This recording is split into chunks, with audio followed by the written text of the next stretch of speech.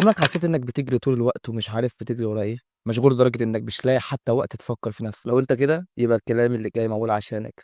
معاك محمود إبراهيم، وباشارك معاك هنا شوية أفكار وتجارب حاجات صغيرة أثّرت فيّا بجد، من غير تنظيم كتير ومن غير لف ودوران. أنا حاولت كتير، حاولت أوفّر وقت، حاولت أطوّر من نفسي، حاولت أعيش طبيعي، بس في الآخر حسيت إني فشلت.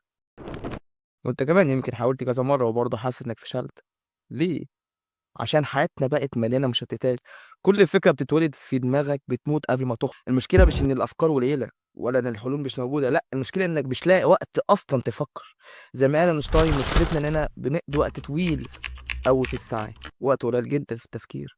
أنت ميت من هموم نفسك إنك مشغول طول الوقت، مع إنك ضايع عمرك على السوشيال بتسكرول من فيديو للتاني، من بوست للتاني وحتى لسه ما كملتش الفيديو ده وشكلك قلبت. طب إيه الحل؟ هتفضل كده طول عمرك؟ أكيد لأ، لكن قبل ما تدوّر على الحل لازم تسأل نفسك سؤال صعب جدًا، هل أنت واعي فعلًا بالمشكلة والّا خلاص رميت نفسك في القاع؟ بُص، أنا مش هاعرف أخرجك من القاع ده، دي مسؤوليتك أنت، بس هاقول لك على شوية خوازيق كلنا لبسناها. إحنا في عصر شكله مُضلِّل، بيخلّيك تحس إن كل حاجة صعبة، وفي نفس الوقت في ناس تانية شايفينها سهلة. الحقيقة إن الحياة لا سهلة ولا صعبة، زي ما قال سقراط: اعرف نفسك تعرف العالم. أنت اللي بتحدد، أنت اللي بتقرر تشوفها مستحيلة والّا هتقوم وتجرّب. لو فضلت مرمي وسط التفاهات عايش في حياة غيرك على السوشيال، طبيعي جدًا هتحس إن حياتك تقيلة ومستحيلة، لكن أول ما تبدأ تبُص لنفسك أنت لظروفك أنت، هتلاقي إنك بتقوم واحدة، واحدة. اسأل نفسك دلوقتي، هل دي فعلًا الحياة اللي عايز تعيشها؟ إنك تعيش نسخة من حياة ناس تانية؟ أكيد لأ.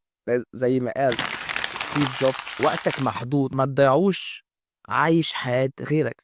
ركّز في حياتك أنت، في شغلك، في أحلامك، في روحك. صدّقني أول ما تبدأ تواجه نفسك وتتعامل مع مشاكلك بدل ما تهرب منها، هتحس إنك صحيت من موت طويل. زي ما قال مصطفى محمود: أخطر سجن هو سجن نفسك، وأقصى قيود هي قيود العادات. فكّر في الكلام ده، وقّف scroll شوية، وخُد وقت مع نفسك، لإن عمرك مش هيتغيّر بجد غير لمّا تواجه الحقيقة وتقوم على رجلك. ولو الكلام ده لمس فيك حاجة أو حسيت فعلًا إن فرق معاك حتى بنسبة بسيطة، ما تنساش تعمل لايك أو تشترك في القناة، ويا ريت كمان تشارك الفيديو مع حد يمكن محتاجه، يمكن كلمة صغيرة تغيّر حياته.